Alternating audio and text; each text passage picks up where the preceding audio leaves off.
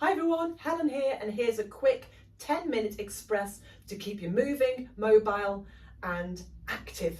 So the first thing we're going to do is bring ourselves to a standing position. So you want to find the balance between the front of the foot, the back of the foot, that feeling of evenness through the foot, a slight lift of the thighs. Try not to lock out those knees too much. A little lift of pubic bone, lengthen out throughout that low back, have those hips facing forward. Open across the chest, nip back, draw the chin in, reach up through the crown of the head. So get this feeling of pressing down in order to lengthen up. Think about the breath, in through the nose, out through the nose of the mouth. And let's just move into our sways. So this is a little switch on exercise. We want to move our whole body forward until we feel that if we went any further, we might topple over. And then bring it back to center. And then move back until we might topple over. And then bring it back to center. And the point is that we keep everything still. The only thing that's changing is a slight movement around the ankles. And you'll feel, hopefully, how the body responds. That feeling of the body recognizing imbalance, instability, load. And that's when your body naturally engages the muscles through the torso, the pelvic floor, around the hips, the thighs. And still working with a smooth breath, in through the nose, out through nose or mouth, into the fullness of the rib cage. Bring it back to center, keeping the balance centered. Just move into an easy gliding side bend. So without pressing the hip outwards, just get that feeling of opening up the waist and the ribs. Just letting the fingers trail down the side of the thigh towards the knee. If you want to turn the head to look in the direction that you're traveling, then that's fine, but do keep the chin slightly drawn back.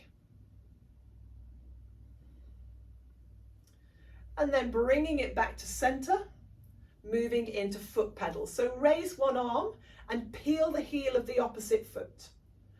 Now lift both heels, switch the arms over and change the press of the heel. So lift and down, and try to do that as if you were going up and down in a tube. So without feeling that you're able to swing yourself around, we're rising and we're lowering. As you press the heel down, push the heel down really firmly. It's like you're trying to push the heel deeper than the ground, but with control. So there's this moment of balance when we're up on the ball of both feet, squeezing into the calves of both legs. The knee, of course, as it bends, tracks the line of the front foot. And the ribs stay soft. Ooh, a little wobble. And then bring it back to center and release. Alternate the knee lift. So again, as best you can, without shifting the weight from side to side. And if you know you're a little bit wobbly, fingertip touch against a wall is absolutely fine.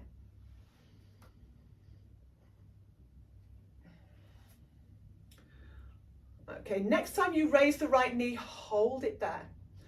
We're strong and stable through our left leg. We're really lifting up. The chest is open, the gaze is forward. We're challenging our balance.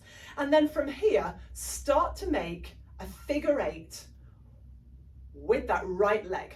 So we're trying to turn the thigh in and out. So we're getting this movement. Now the pelvis won't stay perfectly still. You can see on my t-shirt, there's a little bit of movement. The pelvis can't be perfectly still, but what we're getting is weight bearing work into that hip. We're getting a little bit of movement under load, and we're getting mobility into this raised leg, challenging balance, stability, mobility. So you'll feel quite quickly all of these muscles around the outer hip and glute start to engage. You may feel that through the foot. You may feel it into the calf. And again, if you need to, fingertip touch just to know that you're safe. And then bring it back to center, change sides, float that leg up. Whew. Okay, and then again, looking for that figure eight, moving that inner thigh inwards and outwards. We're not trying to necessarily move the hip. Okay, so it's not that we're really actively moving the hip, but just know that we don't want to be rigid there. So there will be a little bit of natural movement. And again, we're getting this slight loaded movement into that standing leg. Ooh. And we know that balance is about recovering from the wobbles. It's not about standing perfectly still. Let's do that a few more times. And then bring it back to center and just give those legs a little shake out. It's hard work, it's really hard work. Okay, bring yourselves very carefully down onto the floor. So bring yourselves down. Lay yourself carefully down. Length into the back of the neck, shoulders are wide. If you want to put a little something behind the back of the head, you can do. Feet and knees are about hip distance apart. Find that sense of balance through the back of the pelvis, that openness through those bony landmarks, front edge of the body. We've got a natural curve to the low back, whatever that might be for you today. It is a movable feast, as I always say. And as you lie, your gaze should be up and slightly forward rather than up and back. So there's a natural drop down through the chin. Let's just mobilize around that upper body a little bit. Take those arms up to the ceiling. So keeping a sense of width across the upper body, can you, without moving across the back of the pelvis, overreach that right arm and then drop? Without holding, just drop the arm down and then change. Overreach with the left, so you'll feel the left side of the ribs and the shoulder blade peel, and then just drop. So lift and drop. So you get this little thumping vibration into the back of the shoulder.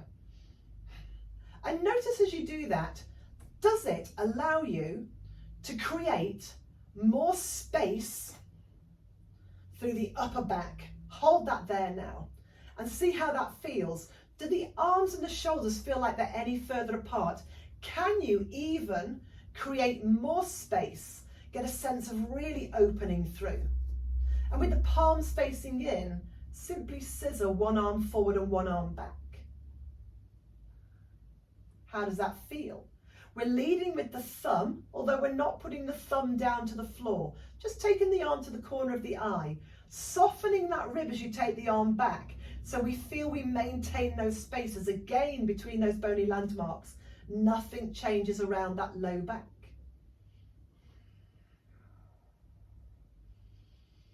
This feeling of keeping the stability and the stillness of the upper body, but perhaps trying to reach the arm a little further, almost as though you were trying to put some light into the joint itself, as we gently stretch out a little of that connective tissue tightness. We're not looking to destabilize, we're just looking to take out any rigidness.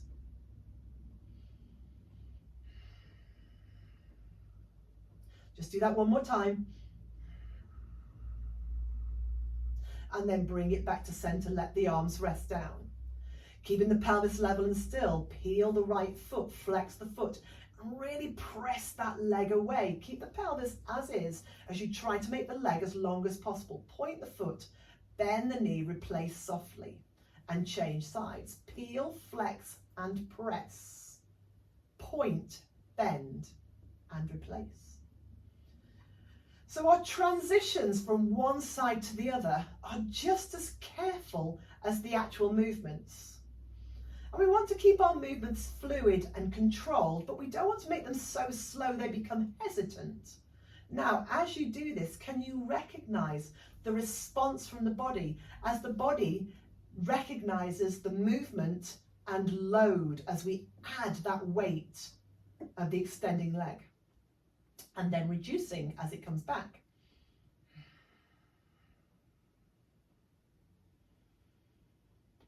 So we'll do that a couple more times.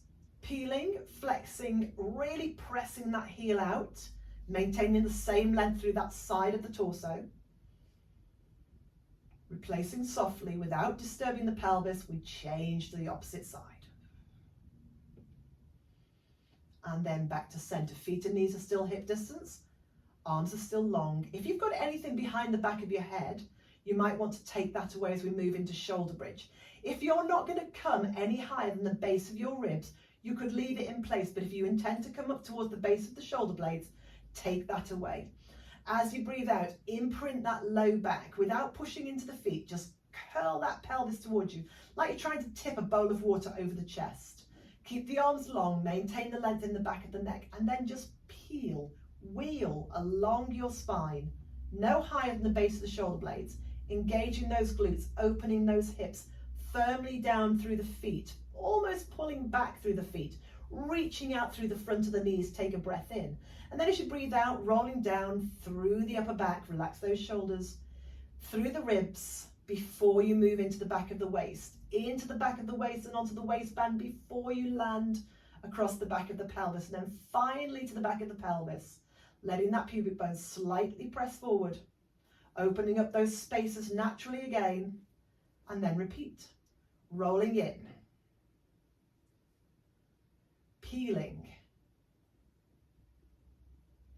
feeling every single vertebra peeling away from the floor in sequence until you're in this lovely incline, soft around the breastbone and the ribs, active through the back edge of the body. Take a breath in, and then as you breathe out, melt it back down again. Holding perhaps an imaginary balloon, or even if you've got a cushion or a ball between the knees, to keep those inner thighs engaged, drawing up naturally into pelvic floor.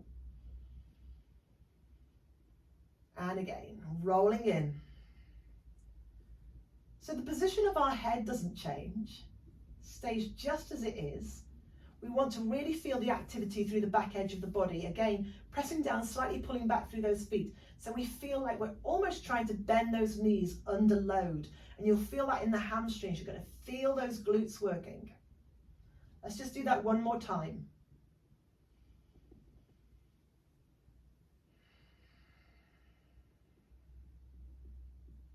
Peeling away. Soften the breastbone and ribs. Reach out through the front of the knees. Take a breath in. And as you breathe out, melt it away, all the way back down. Relax those shoulders. Try and get a little bit more movement out of that spine. Hold those legs steady. And then release and pause. Stay just as you are. Move the feet a little wider, drop the knees together, and just give your back a moment. Just a moment to recover. And then allow the knees to roll from side to side, maybe even rolling the head to the opposite side.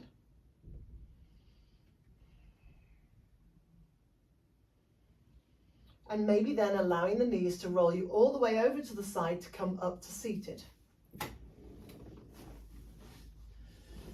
So if you want to sit up on something, it could even be a chair, but if you wanted to sit up on something, a block or a bolster or a little poof, if you've got one, then that's fine. Any leg position other than cross-legged. And we want to feel that we're able to really lift up from the base of the spine. Get that feeling of pressing evenly and firmly down through the pelvis in order to lift up, just slightly drawing that chin in. And let's just do a little rotation for the upper spine.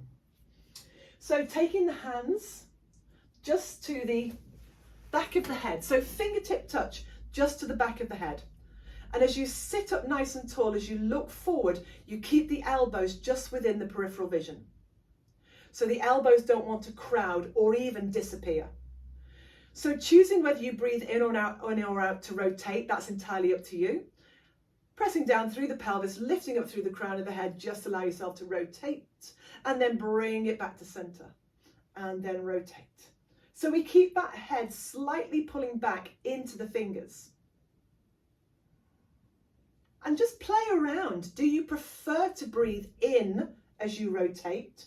Do you prefer to breathe out as you rotate? For me personally, I like to breathe out as I rotate and breathe in as I return to center. But you may feel that that's almost fighting the natural breath. So do the breath that really allows you the fluidity of your movement. If you start to get a bit heavy with the arms, just drop the fingers onto the shoulders. But again, just keep the elbows more or less where you can see them. Chin, just in line with the breastbone. You might want to turn the head towards the end, but definitely get that movement around the ribs. Pelvis, of course, really, really still. and then bringing it back to center. Release, shrug the shoulders, maybe turn the head a few times. You might want to sit back into your hands and give your legs a little shake out. But there you go. A little 10-minute Pilates inspired express. See how you feel. Hope it's helpful. If you've got any questions, give me a shout. I'll speak to you soon.